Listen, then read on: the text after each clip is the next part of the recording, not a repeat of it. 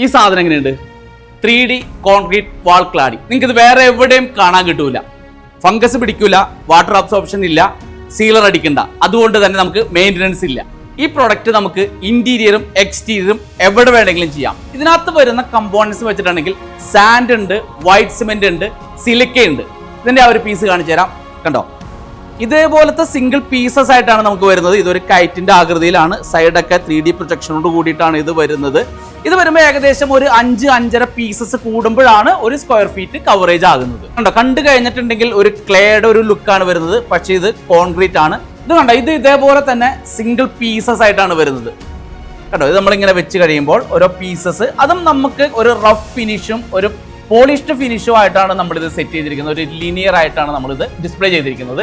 5.5 pieces കൂടുമ്പോൾ ആണ് ഒരു സ്ക്വയർ ഫീറ്റ് കവറേജ് കിട്ടുന്നതുണ്ടെങ്കിൽ, ഇതെന്ന് പറഞ്ഞ ഒരു 4 പീസസിൽ താഴെ വരുമ്പോഴാണ് ഒരു സ്ക്വയർ ഫീറ്റ് കവറേജ് ആകുന്നത്. ഇതിന്റെ മറ്റൊരു പ്രത്യേകത, ഇത് പെയിന്റ് കോട്ട് ചെയ്തേക്കുന്നതല്ല, ഇത് ഫുൾ ബോഡി നമ്മുടെ കോൺക്രീറ്റ് തന്നെയാണ് ഇത് വരുന്നത്.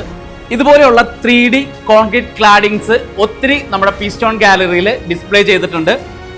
നോർത്ത് പറവൂരുള്ള പതിയാറ ബിൽഡ് വെയറിന്റെ തന്നെ സിസ്റ്റർ കൺസേൺ ആണ് പീസ്റ്റോൺ ഗാലറി.